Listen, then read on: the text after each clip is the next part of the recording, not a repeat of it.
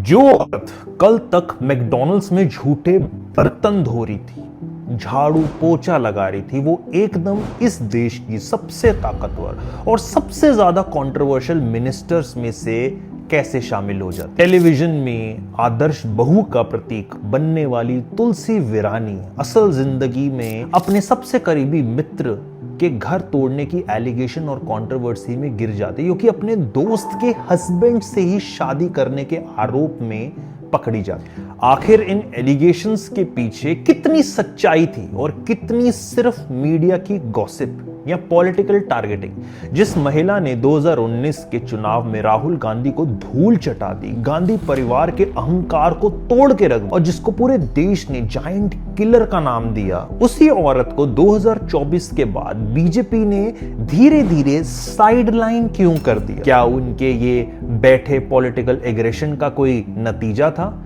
या फिर बीजेपी के अंदर चल रही इंटरनल पॉलिटिक्स जहां दुश्मन बाहर कम अंदर ज्यादा होते हैं? क्या अमित शाह या फिर पार्टी के कई अन्य लीडरशिप के साथ इक्वेशन बिगड़ी, या फिर स्मृति ईरानी का पॉलिटिकल ग्राफ सिर्फ वक्त के साथ ही वीक पड़ गया? और कैसे एक औरत जो कभी सर्वाइवल के लिए स्ट्रगल कर रही थी, वो पावर के इतने करीब पहुंच गई कि एक वक्त पर लोगों ने बीजेपी का फ्यूचर फेस इन्हें बोल दिया था। आज हम बात करेंगे politics, television, power, controversy, betrayal, media narrative और एम्बिशन कि उस डार्क साइड की, जहां इंसान या तो सिर्फ सिस्टम का फेवरेट बन जाता है या फिर धीरे धीरे उसी सिस्टम से उसको इरेज कर दिया जाता है। लेकिन ये वीडियो शुरू करने से पहले आप सबसे एक दरख्वास्त, ये मेरा नया यूट्यूब चैनल है तो कृपया इसको सब्सक्राइब करिए, बेल आइकॉन दबा के ऑल पे क्लिक करिए, क्योंकि मैं ऐसी फैक्चुअल और अनहर्ड पॉलिटिकल स्टोरीज जो आपको पसंद है वो इस चैनल पे लाता रहूं। हम पावर के पीछे चलने वाली असली ऐसी गेम्स को ही डिकोड करें। और इस कहानी की शुरुआत होती है 1976, जहां एक छोटी सी बच्ची का जन्म होता है, लेकिन उसके घर में ढोल नगाड़ा नहीं बज रहा था। एक अजीब सी टेंशन थी। क्यों? क्योंकि उसके पीछे वजह थी उस बच्ची के माँ बाप, शिवानी बख्शी और अजय कुमार मल्होत्रा। दोनों ने सोसाइटी और फैमिली के अगेंस्ट जाकर लव मैरिज करी। ये उस वक्त की बात है जहां इंडिया में लव मैरिज सिर्फ शादी नहीं, एक रिबेलियन हुआ करता था। इस वजह से फैमिली सपोर्ट ऑलमोस्ट खत्म सा हो गया। और जब उन्होंने अपनी नई जिंदगी शुरू करी, तब उनके केवल पास थे 150 रुपए। फिर 150 रुपए में स्मृति ईरानी के माँ बाप ने गुजारा करा। जिस लड़की को फ्यूचर में करोड़ों लोग टीवी पे देखेंगे, जिसकी स्पीचेस नेशनल हेडलाइंस बनेगी, उसकी फैमिली कभी इतना बेसिक सर्वाइवल के लिए स्ट्रगल करेगी, ये आप अंदाजा भी नहीं लगा सकते। और वो लड़की थी स्मृति ईरानी। दिल्ली में पली बढ़ी स्मृति का बचपन लग्जूरियस बिल्कुल नहीं था। मिडिल क्लास का pressure, financial struggles, limited opportunity, और इसी वजह से उन्होंने बहुत जल्दी समझ लिया कि इस दुनिया में इज्जत कमाना फ्री नहीं है, इजी नहीं होता रिस्पेक्ट कमाना। इसलिए छोटी एज में उन्होंने काम करना शुरू कर दिया। और ये सच बात है, मैकडॉनल्ड्स में वो काम करती थी, टेबल्स क्लीन करती थी, कस्टमर हैंडल करती थी, एक मिनिमम दिहाड़ी पे वो काम करती, और ये उनकी रियलिटी थी। लेकिन हर सक्सेसफुल इंसान के अंदर एक डेंजरस चीज जरूर होती है, और वो है रेस्टलेसनेस। मतलब जो अभी है वो स्वीकार नहीं हुआ। और स्मृति के अंदर भी ये चीज बहुत ज्यादा थी, इसलिए वो ऑर्डिनरी नहीं बनी, एक्स्ट्रा ऑर्डिनरी के पीछे मुंबई चली गई। 90s का मुंबई सपनों का कब्रिस्तान माना जाता था। रोज हजारों लोग एक्टर्स बनने आते थे, ज्यादातर चुपचाप वापस चले जाते थे। और स्मृति बिना किसी गॉड फादर के मुंबई पहुंच गई। ना कोई इंडस्ट्री का कनेक्शन मान लो, ना सलमान खान से जानकारी मान लो, ना कोई पावरफुल सरनेम, सिर्फ और सिर्फ थे तो सपने और रिजेक्शन जो उसके बाद मिलना शुरू हुई। ऑडिशंस के बाहर वेट करना, स्मॉल मॉडलिंग असाइनमेंट्स करना, फाइनेंशियल स्ट्रेस होना और अनसर्टेनिटी। आज काम है, 3 महीने काम नहीं, ये सब उनकी लाइफ का एक पार्ट बन चुका था। लेकिन फिर आया एक मोमेंट जिसने उनकी पूरी जिंदगी ही बदल दी। एकता कपूर का एक सीरियल था, क्योंकि सास भी कभी बहू थी, और उस सीरियल में ये कास्ट हुई तुलसी अपनी उस एज से 20 साल बड़ी कैरेक्टर, और उसके बाद जो हुआ वो टेलीविजन इंडस्ट्री की हिस्ट्री का मैडनेस था।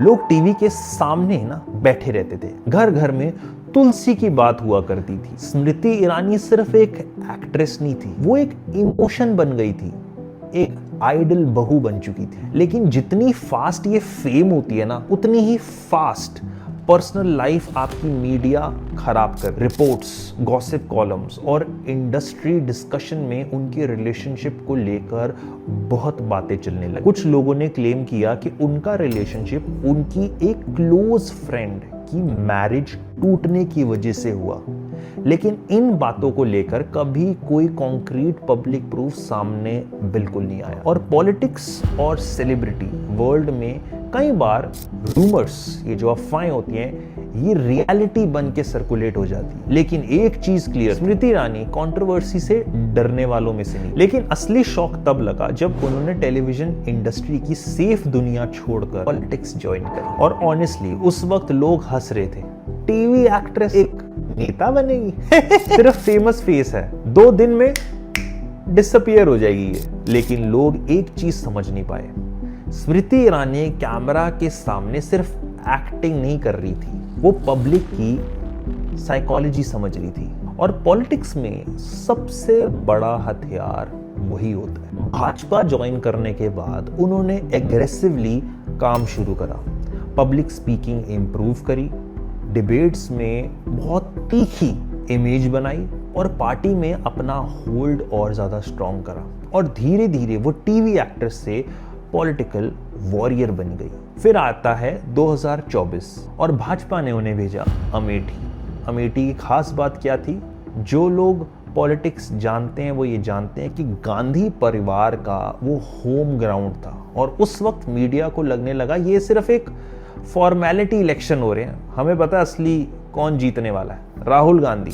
लेकिन कैंपेन के दौरान कुछ ऐसा हुआ जिसने सबको शॉक करा। स्मृति एग्रेसिवली अटैक कर रही थी, ग्राउंड लेवल पे एक्टिव थी, इमोशनली कनेक्ट कर रही थी, और सबसे इंपॉर्टेंट वो डर बिल्कुल नहीं रही थी। इलेक्शंस में वो जीती नहीं, लेकिन पूरे देश ने पहली बार उन्हें सीरियस पॉलिटिशियन की नजर से देखा। 5 साल के बाद 2019 इस बार स्टोरी ना सिनेमैटिक हो गई। क्यों? 5 साल तक स्मृति ने अमेठी नहीं छोड़ा, ग्राउंड लेवल पे काम किया, लोकल नेटवर्क बना लिए, प्रेजेंस मेंटेन रखी, और जब रिजल्ट आया पूरा पॉलिटिकल इकोसिस्टम हिल गया। स्मृति ईरानी डिफीटेड राहुल गांधी।